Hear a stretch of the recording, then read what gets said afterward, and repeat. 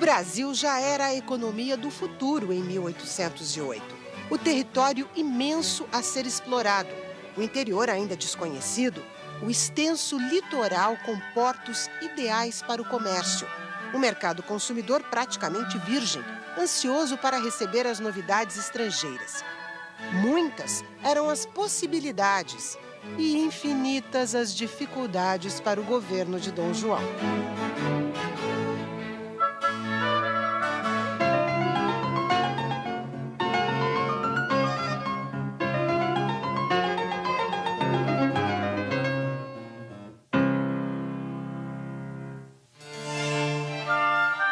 A maior colônia de Portugal precisava acordar de um sono de 300 anos, período em que várias proibições impediam o desenvolvimento do país. Todo produto que entrava ou saía dos portos brasileiros passava por Lisboa, onde eram recolhidas as taxas de exportação ou importação. O grande despertar da nossa economia foi a abertura dos portos, assinada por Dom João assim que chegou à Bahia, em janeiro de 1808. O comércio exterior brasileiro começou a praticar sua liberdade com uma única parceira, que dominava os mares naquela época. In the short term, of course, there are huge commercial gains for England. Again, we must remember the continental blockade was in place. England was losing markets in continental Europe. There was something of an economic crisis in parts of Lancashire because exports weren't taking place. And suddenly, with the Portuguese court moving to Rio, the opening of Portuguese markets to direct trade with friends, and who's the major friend? The UK, of course, yeah. Brazil becomes Brazil becomes a very, very important market in its own right for the UK, but also, of course, as a backdoor into other parts of South America. A primeira medida de Dom João no Brasil fazia parte de um acordo secreto assinado na Inglaterra em outubro de 1807. Os ingleses pensavam num porto para eles. Na convenção secreta, houve um item que é um aditivo, é um instrumento adicional que Canning exigiu. Era o Porto de Santa Catarina. A ideia era ter um porto privilegiado em Santa Catarina, através do qual os ingleses pudessem repassar suas mercadorias para a região do Prata. A ideia inicial dos ingleses era portos abertos, mas, em princípio, um porto só, que seria Santa Catarina. Quando Dom João recebe esse acordo para ratificá-lo, no dia 3 de novembro de 1807, ele aceita essa condição? Não, Dom João não aceita essa condição. Ele diz mais: depois, quando chegarmos ao Brasil, se verá. No Brasil, a mudança acelerou a produção. Engenhos de açúcar se multiplicaram. O algodão foi plantado em maior quantidade. Houve uma grande mudança entre os principais destinos dos produtos brasileiros. Até 1808, a França recebia 78% das exportações brasileiras e a Inglaterra nem 8%. Em 1809, a situação se inverteu. A França desapareceu da balança comercial e a Inglaterra comprou metade dos produtos que saíram do Brasil, aumentando ainda mais esta porcentagem nos anos seguintes. Então, praticamente, a Inglaterra toma da França este mercado fornecedor de matérias-primas. Ao mesmo tempo que a Inglaterra passa a exportar manufaturas de algodão para a colônia. O número é significativo. Cerca de 50% de toda a exportação que a colônia faz para a Inglaterra, metade disso é algodão, algodão em rama, matéria-prima. E a importação são 60% de tudo que a colônia consome, são tecidos de algodão. Ou seja, é uma colônia fornecedora de matérias-primas, algodão, e consumidora de produtos manufaturados. Mesmo assim, os ingleses não estavam satisfeitos. A conta pela escolta na transferência da corte para o Rio ainda não havia sido paga.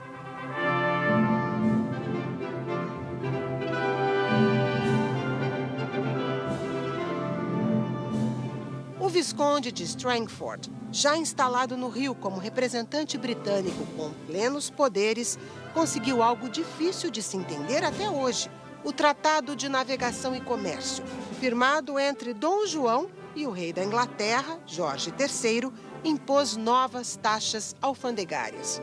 Para as mercadorias inglesas, 15%. Para os produtos de outros países, 24%. E para as importações de bens portugueses, 16%. Ou seja, um imposto mais alto do que o cobrado nas mercadorias inglesas. The intent of the 1810 treaty was to transfer the privileges that the British had enjoyed in Portugal to Brazil. So it was a very unfair treaty.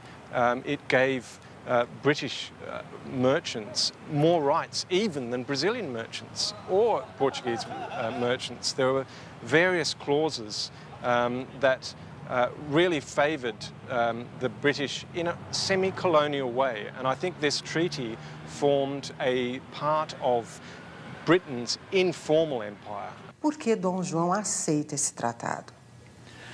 Porque ele não tinha outra saída. Dom João estava dependendo do apoio militar inglês, não apenas no Brasil, mas até sobretudo em Portugal, e não havia realmente alternativa. Quer dizer, a capacidade de Dom João estava esgotada, de negociação de Dom João estava esgotada, ele não tinha nenhuma moeda de troca mais significativa. E tinha uma conta então, a pagar por essa proteção. Certamente. Em Londres, a novidade animou os comerciantes. Mas nem sempre o que chegava aqui tinha utilidade na colônia portuguesa nos trópicos. O Porto do Rio foi inundado de produtos estranhos, como patins de gelo, casacos e gorros de lã, aquecedores de cobre, equipamentos para esquiar, cobertores. What happened to these products were the Brazilians, as always, improvised, and the ice skates, the blades of the ice skates became door handles, and the bed warmers, they perforated the bed warmers and used them to skim syrup, sugar syrup. So nothing was wasted, let's say. Um ano depois, em 1811, o centro do Rio de Janeiro tinha 207 estabelecimentos comerciais de portugueses e 75 de ingleses. Os comerciantes ingleses provocaram uma grande especulação imobiliária. Nas ruas do centro do Rio, eles ocupavam as lojas, pagando aluguéis até 5 vezes maiores do que a média praticada na época. Mesmo assim, conseguiam vender mais barato produtos como roupas e sapatos, por exemplo. Somente os grandes comerciantes portugueses e brasileiros conseguiram enfrentar esta concorrência e permanecer aqui, na área nobre. Os outros tiveram que buscar imóveis nas regiões menos valorizadas, pouco habitadas. Mas esse movimento de expansão contribuiu para o crescimento da cidade.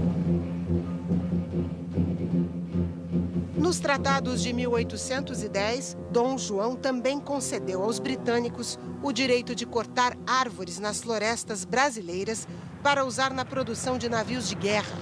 Somente a construção de um navio com 100 canhões, como o Victory, da Batalha de Trafalgar, consumia 6.000 árvores. E os ingleses tinham outros privilégios difíceis de explicar. The British could own property in Brazil, which was totally forbidden for Brazilians to own property in Britain.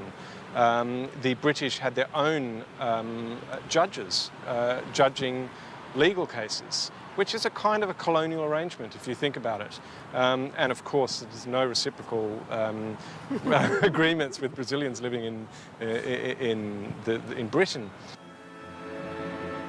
No Tratado de Aliança e Amizade, Dom João se comprometia a diminuir o tráfico de escravos. Era uma exigência da Inglaterra, que tinha já proibido esta prática em suas colônias. O tráfico só terminou no Brasil em 1850. E a escravidão, com a Lei Áurea, assinada pela bisneta de Dom João, Princesa Isabel, em 1888. Por isso, Dizem que em 1810, quando Dom João não cumpriu o prometido, nasceu a expressão para inglês ver.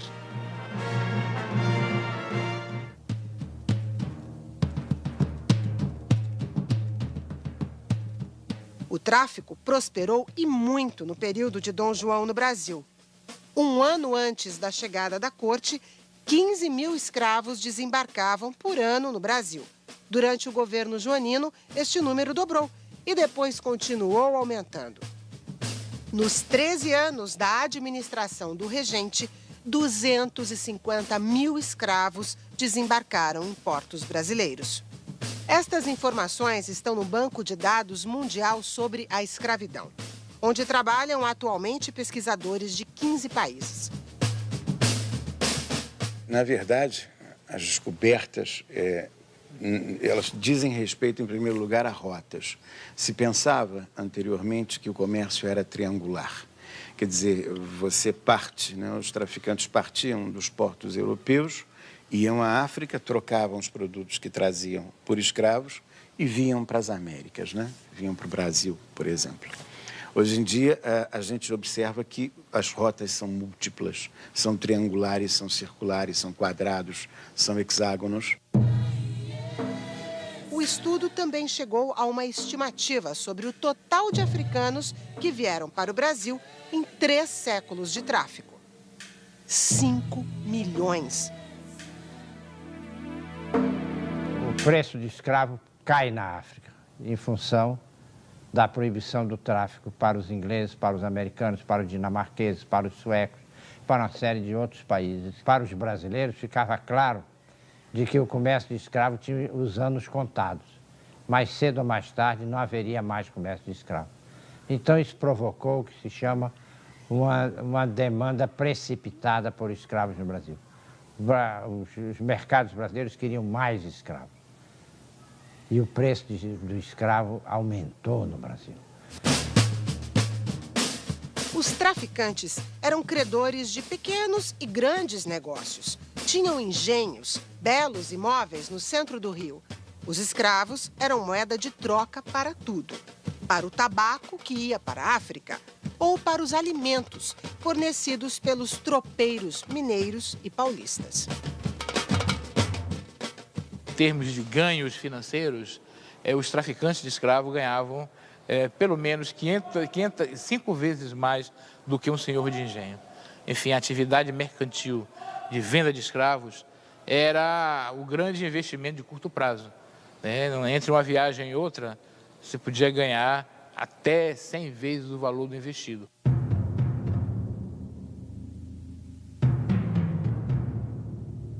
Apenas 2 meses depois da chegada ao Rio, Dom João assinou uma declaração de guerra contra os índios botocudos. No documento está escrito: uma guerra ofensiva sem fim, até que os índios peçam a paz. Os conflitos com as tribos aconteciam há muitos anos no Brasil colônia, mas a partir do fim do século XVIII, cresceu o interesse na ocupação do interior do país. Os rios deviam ficar livres, sem ameaças para a navegação. A coroa portuguesa concedeu extensas doações de terra às Sesmarias. Essas terras precisavam ser ocupadas e transformadas em bens econômicos. E são as pessoas que recebem essas dotações que são os fundadores dessas cidades do interior da Bahia, do Espírito Santo e Minas, que estão interessados em constituir as suas propriedades lá dentro. A medida veio acompanhada de uma espécie de propaganda contra os índios, descritos em gravuras praticando rituais de canibalismo. Tropas formadas por militares, capatazes de fazendas e mercenários em geral participaram de massacres que chocaram viajantes estrangeiros. Na ideia os procedimentos da guerra justa eram os mais cruéis e violentos possíveis. Quer dizer, existem, quando era emitida uma carta, junto com ela tinham recomendações de que não se preservassem os homens, né? Os homens deviam ser todos subordinados à ordem imperial e deviam ser mortos, né? Deviam ser mortos degolados, né? Era esse o procedimento que se matava, né?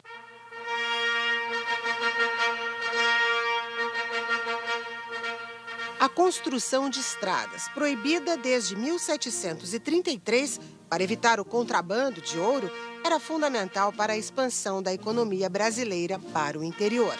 Itens básicos de alimentação, como galinhas, feijão e doces, que vinham de Minas Gerais, passaram a chegar mais rápido à Corte do Rio. São Paulo era o grande ponto de encontro das rotas dos tropeiros. Há 200 anos, um pequeno vilarejo, com cerca de 20 mil habitantes. No interior paulista, na cidade de Sorocaba, a fábrica de ferro Ipanema retomou as suas atividades com a chegada da corte portuguesa. Passou a ser chamada de Real Fábrica de Ferros, recebeu recursos, aumentou a produção. Um alvará de 1785 impedia a instalação de fábricas na colônia. Dom João revogou esta ordem em 1º de abril de 1808. A Revolução Industrial ainda levou algumas décadas para chegar ao Brasil. Era no campo que surgiam as oportunidades. A economia paulista começa a assentar a sua riqueza na agricultura, não é? Então, é o momento em que São Paulo se volta para a produção de gêneros variados, não é? E tem a oportunidade, com a cana-de-açúcar, de se estabelecer um contato com a rede internacional de comércio. Porém, os maiores engenhos de cana não estavam na chamada região Centro-Sul, e sim no Nordeste. As grandes regiões produtoras pagaram uma conta alta em impostos. Houve muitos privilégios para o Rio de Janeiro, que afinal tinha recebido e acomodado a corte. Então, em 1811, por conta das guerras contra Napoleão, Dom João VI cria um imposto de 120 mil cruzados. Esse imposto não seria cobrado do Rio, nem de São Paulo, nem do sul de Minas, nem de São Paulo. E assim, outros impostos foram sobrecarregando essas colônias do Nordeste e do Norte do Brasil. Aumentaram, assim que chega a corte aqui, houve um aumento muito grande do imposto de exportação sobre o açúcar e o algodão. Nem a cobrança de taxas pesadas conseguia equilibrar as finanças da monarquia aqui instalada.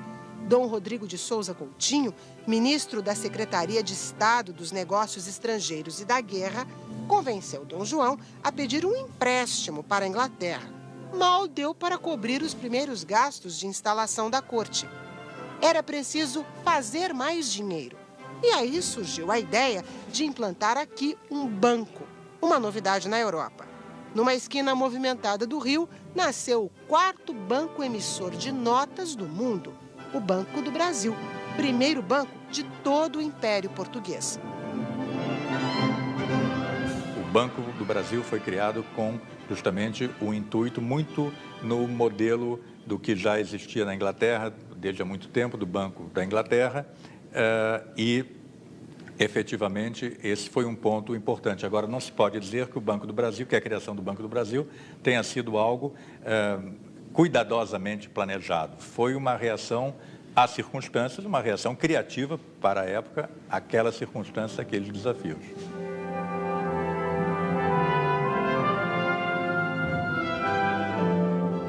Somente portugueses faziam parte da administração do banco, que tinha exclusividade para os saques e os depósitos do orçamento da monarquia. Controlava a circulação de riquezas estratégicas, como o pau-brasil e os diamantes. E começou a imprimir papel moeda no país. Mas a novidade gerou desconfiança. A venda das primeiras 100 ações do Banco do Brasil levou 1 ano para ser concluída. Quem investia nestes papéis costumava ser recompensado com títulos de nobreza. O banco começou a falir quando o número de notas emitidas cresceu sem a segurança de um lastro em metais preciosos. E a situação ficou ainda pior, porque Dom João resolveu esvaziar os cofres do banco. Ele levou todas as barras de ouro e os diamantes quando voltou para Portugal em 1821. 1829, o Banco do Brasil foi extinto e só reabriu 24 anos depois, em 1853. Se a passagem da corte trouxe prosperidade, também fincou as raízes da dominação, da dependência de outros países. A presença inglesa na economia brasileira há 200 anos deixou como herança o caminho das ferrovias, importante para a rica cultura do café e a integração do país depois da passagem de Dom João por aqui.